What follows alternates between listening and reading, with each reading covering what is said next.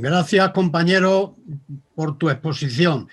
Yo quería preguntarte dos cosas que me preocupan y que probablemente tú ya tengas claro la contestación. En principio, cuando hablábamos del milagro español antes del 8 sobre el desarrollo inmobiliario, fue una época de euforia, de dinero fácil y de un desarrollo enorme de industrias de mucha mano de obra, pero de poca tecnología. La pregunta que hago yo, si nosotros en este caso donde nos va a llover el dinero de una forma masiva, va a ser como eso, como otro milagro fallido donde se invierta el dinero de mala manera y volvamos otra vez a la tristeza y a la melancolía que siempre tenemos después de las crisis. Y en segundo lugar, yo te quería preguntar que a mí el modelo productivo que nosotros tenemos yo creo que necesariamente tiene que cambiar, pero hay mentalidad empresarial y de dirección de las administraciones públicas para cambiar de filosofía y no solo incrementar medios materiales con la misma filosofía. Gracias. Juan.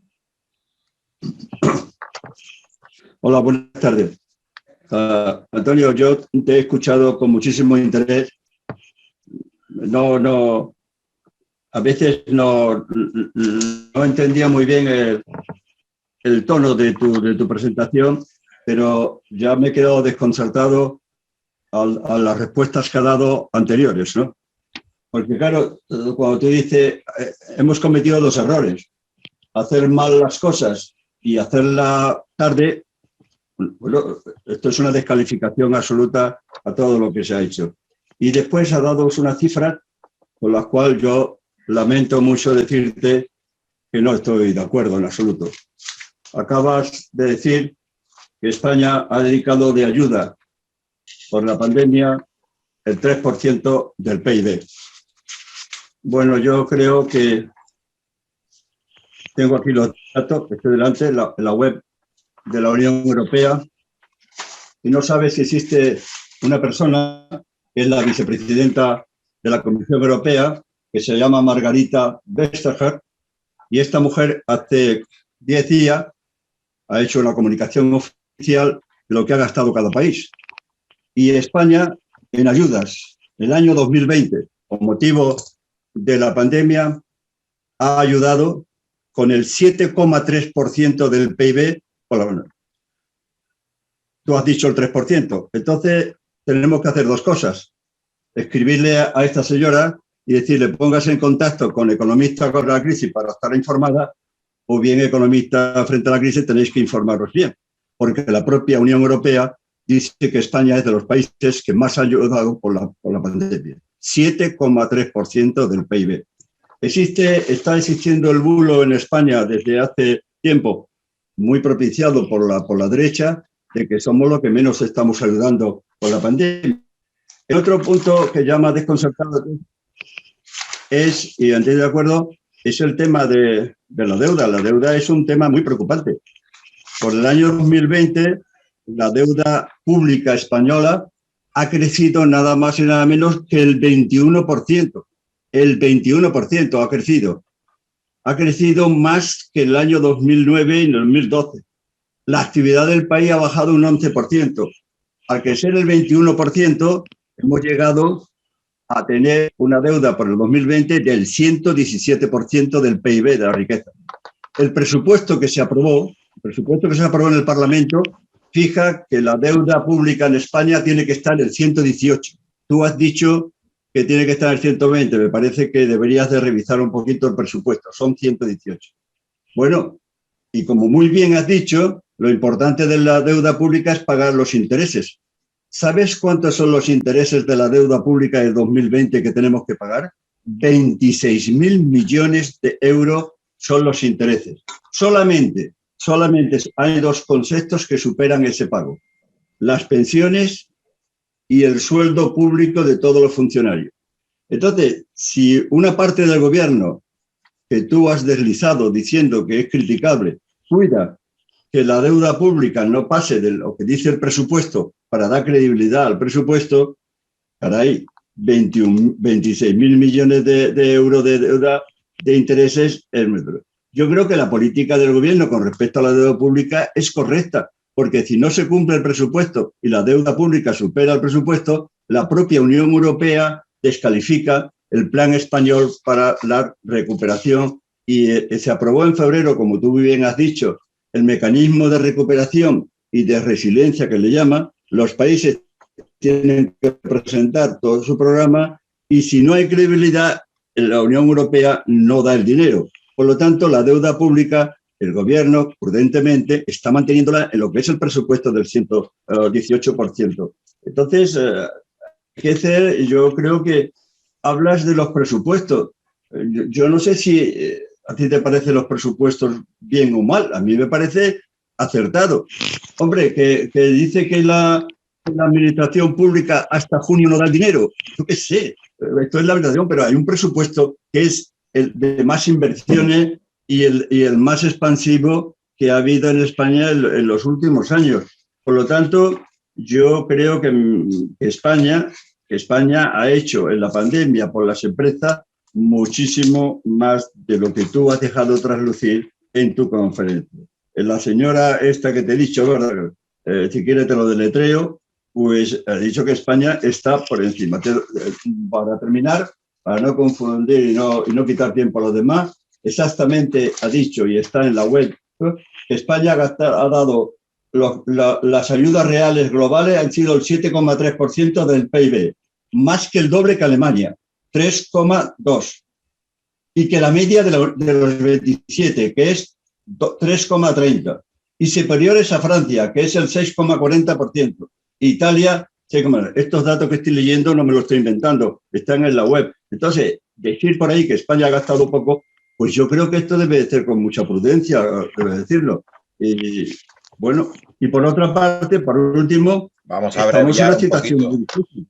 Estamos en una situación muy difícil. Yo estoy de acuerdo contigo en el discurso que has dado de la deuda pública. Efectivamente, permíteme corregirte, en el año 53 a Alemania no se le condenó el 40%, sino los 2/3. Se había movilizado la cantidad de 11.000 millones para ayudas a las empresas, que luego se ha quedado 7.000. Me gustaría que opinaras sobre el resto del dinero que va de 7.000 a 11.000 millones. Y luego también me gustaría que me dijeras qué opinas sobre la repercusión que ha podido tener el salario mínimo en el aumento del paro. ¿Es así o realmente no ha influido? Y otra pregunta, las pequeñas reformas laborales que ha hecho la ministra, haciendo más difícil el despido, ¿crees que han sido positivas? Y finalmente, una pequeña diferenciación en las autonomías, porque vemos que efectivamente en las zonas que tienen fábricas en el sentido tradicional, como puede ser el País Vasco, la crisis ha sido mucho más pequeña, el paro es el 9%, mientras que tienen el sector servicios, pues el paro ha sido mucho mayor. ¿Podrías hacer una pequeña reflexión sobre eso? Y muchas gracias por la charla porque ha sido muy interesante. El 40% de la deuda está en manos del Banco Central Europeo y el resto, esa sería una. El dinero y otra sería si el dinero tiene capacidad para transformar la economía. Que yo creo que sí, pero ¿tenemos alguna probabilidad de hacerlo, teniendo en cuenta los sectores de actividad de los que se compone el sistema productivo español y la estructura de las empresas? Alfredo. Sí, yo la pregunta que iba a hacer es, ¿todos los países europeos tienen los mismos intereses en la respuesta a la crisis? El problema es que la condonación de la deuda a unos países europeos les puede interesar más que a otros. La siguiente, ¿es posible cambiar el modelo productivo como se plantea en tan poco tiempo? Eso no me parece realista. ¿Cuál es el control de gasto de las comunidades autónomas? Hasta ahora estamos viendo de que se le ha prometido un dinero y se le da un dinero a las comunidades autónomas, pero no se habla de un control económico de ese gasto. Por ejemplo, en Madrid lo que se está viendo es que el gasto en la sanidad privada termina siendo, o sea, es la sanidad pública la que está afrontando los problemas sanitarios y resulta que se desvía dinero a la sanidad privada. El tema de educación. Bueno, pues no se está viendo que exista un control para eso. Y termino. Gracias por tu intervención, que me ha parecido de sumo interés para entender esta situación. Gracias. Los recortes que se han hecho durante esta última década, recortes en sanidad, en educación, si eso se quiere revertir para que esos servicios pues cumplan con su función y para que de ahí se sigan los beneficios económicos que corresponden, porque son gastos que son inversiones, evidentemente. Una inversión en personal en sanidad repercute en la salud pública y eso repercute pues en el trabajo y por consiguiente en la producción. Y la educación, pues lo mismo, más a largo plazo, pero también. Ahí supone un gasto bastante grande también, sobre todo en personal. Yo me pregunto, porque suponía que la postura del gobierno de no gastar más dinero era por miedo al déficit y a la deuda. Me pregunto si tenemos capacidad para hacer todo esto a la vez. Es decir, el cambio de modelo económico, las ayudas a las empresas para todo el tejido productivo para que no se hundan, las que no se tienen que hundir, y además los cambios en la estructura y en la reforma, por ejemplo, de la administración, que ha salido también, que eso también supone personal y supone medios, si tenemos capacidad para hacer todo ese gasto, toda esa inversión. Rafa, para terminar, vamos.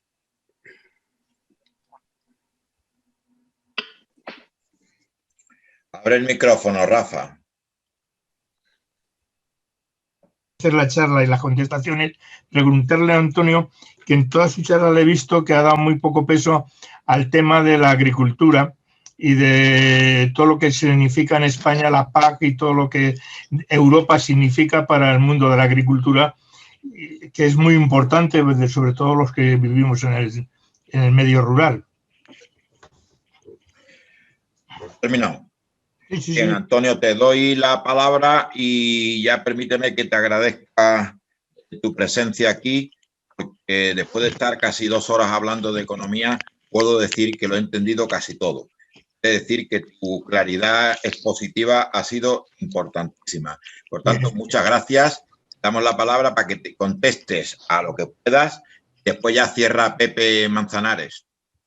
Muchas gracias a ti, Fernando, y a todos por las preguntas. Vamos a ver, intentaré ir por orden y si me dejo alguna cosa sin responder, me lo decís, por favor. Bueno, la primera me parece que era la de Paco, que hablaba de que si ahora va a haber otra cosa parecida a lo del boom inmobiliario fallido, como el de la construcción y todo eso y tal, otro milagro fallido, ¿no? Pues la verdad es que no lo sé, yo espero que no. Espero que esto se aproveche bien, pero no te puedo dar más datos porque, como te decía, me parece que hasta ahora hay poquísima información sobre cuáles son los proyectos concretos que van a llenar de contenido los fondos que nos vienen de Bruselas y que además, lo digo por una pregunta que también ha debido hacer alguien, pero que viene ahora al pelo, pues implican también inversión por parte de las empresas nacionales. O sea, que tienen que movilizar recursos y además tienen que ser inversiones y proyectos que no sustituyan las iniciativas nacionales. Todo eso hace que la cosa tenga más garantías, aunque también una gestión más complicada, ¿no? Lo otro que tú decías, Paco, sobre lo de la filosofía empresarial relativa al cambio de modelo productivo, pues supongo que habrá muchas empresas que no quieran cambiar o que no estén interesadas o que digan que les va bien o que están en mercados donde obtienen sobrebeneficios porque hay muy poca competencia, como les pasa a las eléctricas, pero eso se resolvería adoptando las reformas que te dice que tienes que adoptar la Unión Europea. La Unión Europea te dice, yo le voy a mandar los fondos, pero usted tiene que arreglar toda una serie de funcionamiento de cosas, de los mercados y de no sé qué. Me da la impresión de que esas reformas que pide van a ser poco exigentes en las de los mercados, cuando serían cosas muy necesarias, como el caso del sistema eléctrico, donde hay claramente un abuso de posición dominante por parte de las empresas que está extrayendo rentas del conjunto de la sociedad, familias y empresas, pero que puede que se hagan las reformas o puede que no se hagan. Desde luego está en nuestras manos como país. El dinero yo creo que va a llegar porque es un compromiso europeo. Ahora, ¿a quién le demos el dinero? Eso va a ser cosa nuestra, eso no lo va a decidir la Comisión Europea. Por tanto, pues será cosa nuestra no darles el dinero a quienes no tengan filosofía empresarial de cambiar el modelo productivo y poner los requisitos y poner los objetivos y poner las garantías que nos aseguren que esos fondos van en esa dirección. Sobre las cosas que me dice Juan Salas, yo no sé, si eres tan amable que te dé mi correo electrónico, Pepe, y me mandas el enlace de esos datos de la Comisión Europea y así yo los puedo analizar. Yo te puedo asegurar que los que yo utilizo no son mis datos, no son datos que yo me invente. Son datos de dos fuentes que te las puedo mandar. Te puedo mandar los informes y tú te los lees y a lo mejor yo estoy equivocado y he sacado unas conclusiones erróneas. Pero tengo aquí delante de mi vista los dos gráficos, uno del Fondo Monetario Internacional y otro del Banco Central Europeo. Y oye, los dos dicen lo mismo, pero ya te digo que puede ser que a lo mejor yo no sepa leerlos o que se hayan confundido los del Banco Central y los del Fondo Monetario. Y en todo caso, sí tengo mucho interés en que me mandes esos datos de la Unión Europea para ver exactamente, porque aquí suele haber un problema grande y es que ha habido muchos tipos de ayudas y hay quien las suma todas, churras con merinas. Y muchas veces se suman avales y se suman créditos y tal, y eso no debe ser sumado porque no son datos de gasto directo, ¿no? En cuanto a lo de la deuda pública, bueno, yo tenía las previsiones del gobierno, que yo creo que son las que mandó a Bruselas, no son las del plan, no son las de los presupuestos generales del Estado. Los presupuestos generales del Estado se hicieron antes del COVID. Entonces, yo creo que no recogían, por lo menos los anteriores. A lo mejor los de 2021 sí recogen una previsión. Puede que esté una previsión, puede que la previsión que hayan recogido en los presupuestos para 2021 actualice y suba un punto, la que yo tenía que era del 117%, pero no hay gran diferencia entre la una y la otra. Y en cuanto a al pago, los intereses del pago de la deuda, claro, son 26.000 millones, que es mucho dinero. Todos los añitos pagar 26.000 millones de euros. Naturalmente que es mucho pagar todo esto y duele, pero es que tenemos la deuda que tenemos y no nos queda más remedio que pagar. En el momento que hubiera la más mínima sospecha de que no pagábamos o de que pudiéramos no pagar algún vencimiento, estamos perdidos. Y te diré que ahora mismo estamos en las mejores condiciones de financiación que se han tenido nunca en la historia. Se están haciendo emisiones de deuda a tipo de interés negativo.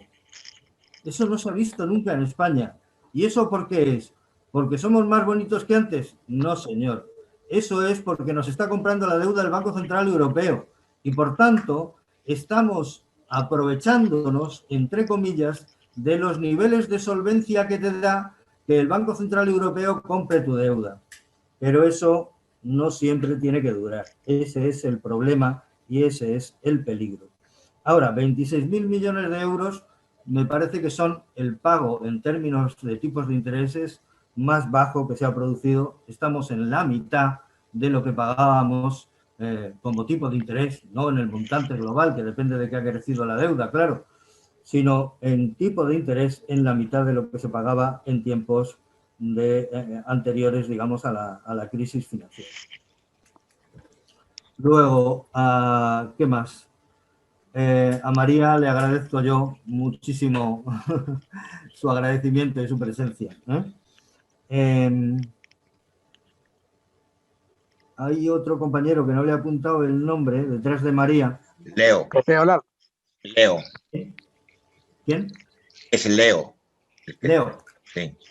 Leo, que es el que me ha hecho 4 preguntas. Una sobre los otros 2 fondos de Calviño. Bueno, el gordo son los 7.000, pero luego hasta los 11.000 hay 4.000 millones más. Hay un fondo destinado a la recapitalización de empresas. Ya puso en marcha el gobierno un fondo para recapitalizar empresas grandes. Ahora lo que hace es poner en marcha otro fondo que es muy importante desde el punto de vista cualitativo. Cuantitativamente, digamos, es menos porque es una cantidad mucho menor y no puede llegar a tantas empresas, pero es muy importante porque significa dar ayudas en capital a las empresas, es decir, préstamos participativos. El Estado pasa a formar parte a través de la SEPI del capital de esas empresas. Esas empresas, esas acciones no tendrán derechos políticos para no inmiscuirte en las decisiones de ellas. Siguen siendo sus empresas, pero sí que recibirá los beneficios o los dividendos correspondientes durante los años que sean. A mí esa fórmula de ayuda a las empresas me parece muy importante. Lo que pasa es que, claro, digamos, esa es una fórmula para la cual las empresas tienen que tener una determinada forma societaria, tienen que ser sociedades anónimas y tienen que tener un determinado tamaño, ¿no? Y los otros 2.000 millones de euros del tercer fondo son para la refinanciación de los avales, de los créditos avalados por el ICO.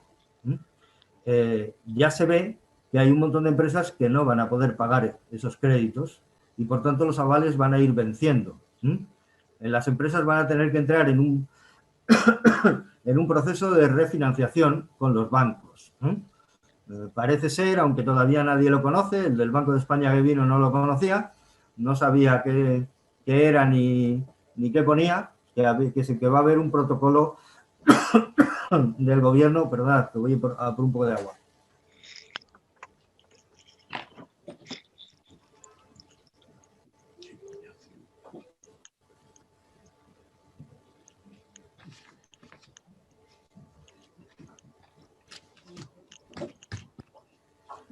Eso, que va a haber un protocolo con los bancos y que van a compartir las pérdidas, digamos, entre el ICO y los bancos. Es un fondo que es también muy necesario. Es evidente que muchas empresas ya no tienen solvencia ni capacidad para devolver eso, y por eso se hicieron los avales del Estado a principios de 2020, vamos, cuando empezó la pandemia. O sea que es un fondo también importante. Luego, sobre las reformas del despido, hasta ahora prácticamente no se han hecho reformas del despido. Se eliminó el despido por razones de bajas por enfermedad, que había puesto como despido justificado, como despido por causas objetivas el Partido Popular en 2012, en la reforma laboral suya, pero y fue derogado el año pasado, pero básicamente esa ha sido la única reforma. Lo otro a lo que yo me he referido es el mecanismo de seguridad ligado a los ERTEs. Se estableció que durante 6 meses después de que acabaran los ERTEs se prohibirían quedaban prohibidos los despidos por causas objetivos. Es decir, lo que se decía es, no será causa de despido todo aquel que haya participado en un ERTE y tal por razones del COVID.